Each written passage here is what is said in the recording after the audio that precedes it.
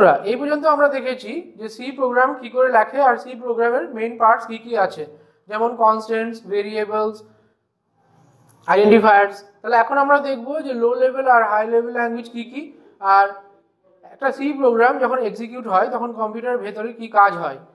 তাহলে আমরা জানি যে লো লেভেল ল্যাঙ্গুয়েজ কোনগুলো, যেমন মেশিন ল্যাঙ্গুয়েজ বা অ্যাসেম্বলি ল্যাঙ্গুয়েজ, এইগুলো হচ্ছে লো লেভেল ল্যাঙ্গুয়েজ, মানে যেগুলো মেশিনের বেশি কাছাকাছি, মানে যেগুলো মেশিন বুঝতে পারে। আর হাই লেভেল ল্যাঙ্গুয়েজ কোনগুলো না, যেগুলো আমরা বুঝতে পারি, যেমন C, C plus plus, Python, এগুলো সব হচ্ছে হাই লেভেল ল্যাঙ্গুয়েজ, যেগুলো আমরা প্রোগ্রামিং এর সময় কাজ করি।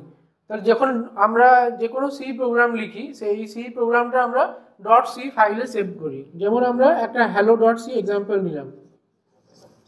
তাহলে এই হ্যালো ডট সিটা যখন এক্সিকিউট হয় তখন এটা কম্পাইলার এক্সিকিউট করে, আর এই হ্যালো ডট সিটা যখন কম্পাইলারের মধ্যে দিয়ে পাস করে তখন আমরা যেটা জেনারেট করি সেটা হচ্ছে অবজেক্ট কোড বা মেশিন কোড, যেটাকে আমরা হ্যালো ডট ওবিজে ফাইল বলতে পারি, অবজেক্ট ফাইল। তাহলে এই কম্পাইলার কি করে না, যে কোনো হাই লেভেল ল্যাঙ্গুয়েজকে লো লেভেল ল্যাঙ্গুয়েজে বা মেশিন ল্যাঙ্গুয়েজে কনভার্ট করে দেয়, আর সেখানেই কম্পিউটার এক্সিকিউট করে আর বুঝতে পারে যে ওটা কি বলতে চেয়েছে। আর আমরা জানি যে পাইথনে যখন প্রোগ্রামিং করি বা অন্য অন্য ল্যাঙ্গুয়েজে তখন ইন্টারপ্রেটার কাজ করে। তাহলে এদের ডিফারেন্সটাও আমরা পরে দেখব, কিন্তু এখন আমরা বুঝবো যে এই অ্যাসেম্বলি ল্যাঙ্গুয়েজ কি করে এক্সিকিউট হয়।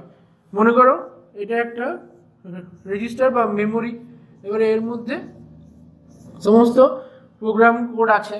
তো আমরা যখন যে কোনো প্রোগ্রাম সিতে লিখব তখন অবশ্যই আমরা হ্যাশ ডিফাইন লিখে প্রথমে stdio.h লিখব, কারণ আমাদের যে কোনো প্রোগ্রামিং ইনপুট আউটপুট নিতে হলে এই হ্যাশ ডিফাইন লিখে পরে এই ফাইলটাকে ইনক্লুড করতে হবে।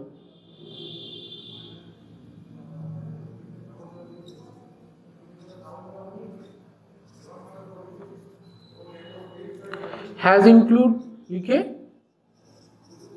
তাহলে এই ফাইলটাকে যখন আমরা ইনক্লুড করব তখন এই ফাইলটার মধ্যে এমন কিছু স্টেটমেন্ট আছে বা এমন কিছু গুরুত্বপূর্ণ জিনিস আছে যেটা আমাদেরকে ইনপুট আউটপুট নিতে সাহায্য করে।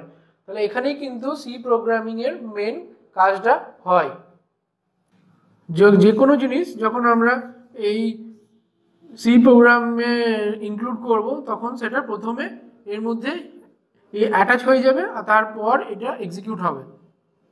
তাহলে এবার আমরা দেখব যে সি প্রোগ্রামিংয়ে কম্পাইলার আর ইন্টারপ্রেটারের মধ্যে ডিফারেন্সটা কি।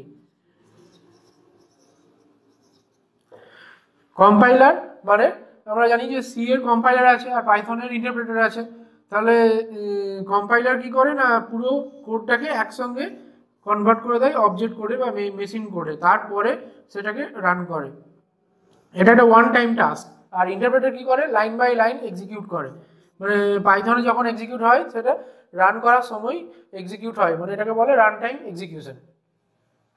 তাহলে কম্পাইলার যেহেতু একবারে এটাকে কনভার্ট করছে মেশিন কোডে, তাহলে কম্পাইলারে অবশ্যই মেশিন কোডটা স্টোর করার জন্য একটা জায়গা লাগবে, মানে এই ডট ওবিজে ফাইলটা স্টোর করার জন্য একটা জায়গা লাগবে, সেটাকে বলছে যার জন্য কম্পাইলারের বেশি মেমোরি লাগে। কিন্তু ইন্টারপ্রেটার যেহেতু লাইন বাই লাইন সেই কাজটা করে, সেই জন্য ইন্টারপ্রেটার সেরকম অত বেশি মেমোরি ইউজ হয় না।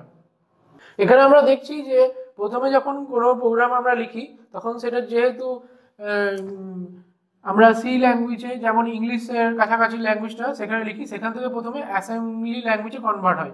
অ্যাসেম্বলি ল্যাঙ্গুয়েজে কনভার্ট করার জন্য যে প্রোগ্রামটা থাকে সেটাকে বলে অ্যাসেম্বলার। তো সেই অ্যাসেম্বলি ল্যাঙ্গুয়েজটা কেমন হয় না, এখানে আমরা ছোট ছোট কোড ওয়ার্ডে লেখা থাকে, অ্যাড, সাব, এই সমস্ত। তো এইভাবে যখন লেখা থাকে তখন সেখানে বুঝতে হবে যে এই 2+3 অ্যাড করতে হবে। তো এই অ্যাসেম্বলি ল্যাঙ্গুয়েজটা যে কোনো প্রসেসরের মেমোরিতে প্রথম থেকে স্টোর থাকে, আর সেই জন্য এই অ্যাসেম্বলি ল্যাঙ্গুয়েজে কনভার্ট করলে সেই প্রসেসর এটাকে এক্সিকিউট করতে পারে। তো এইভাবে যখন প্রথমে অ্যাসেম্বলি ল্যাঙ্গুয়েজে কনভার্ট হয়, তারপর সেটা মেশিন ল্যাঙ্গুয়েজে বা মেশিন কোডে কনভার্ট হয়।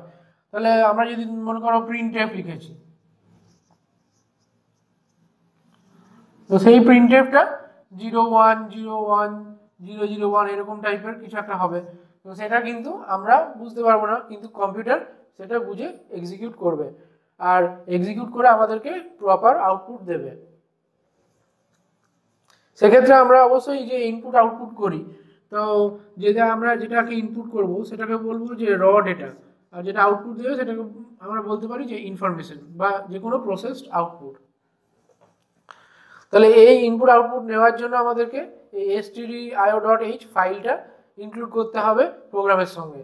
তো সেই প্রোগ্রামটাকে ইনক্লুড করার জন্য আগে ওটাকে বলে লিঙ্কার, মানে যে কোনো ফাইল হেডার ফাইল লিঙ্ক হচ্ছে, তারপর হচ্ছে অ্যাসেম্বলার, তারপর হচ্ছে কম্পাইলার, ডিবাগার, মানে দেখছে যে কোথাও ভুল আছে কিনা। কম্পাইল করে সি অবশ্যই একবারে কম্পাইল করে পরে লিস্ট অফ এরার্স, একটা প্রোগ্রামের যে লিস্ট অফ এরার্স আছে সেটা 1 2 3 করে আউটপুট দিয়ে দেয়।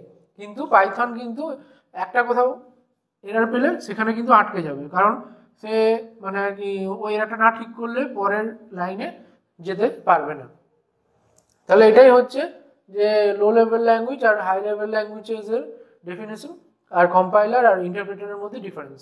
নেক্সট ভিডিওয় আমরা দেখব সি প্রোগ্রামিংয়ের আরও কী কী ফিচার আছে।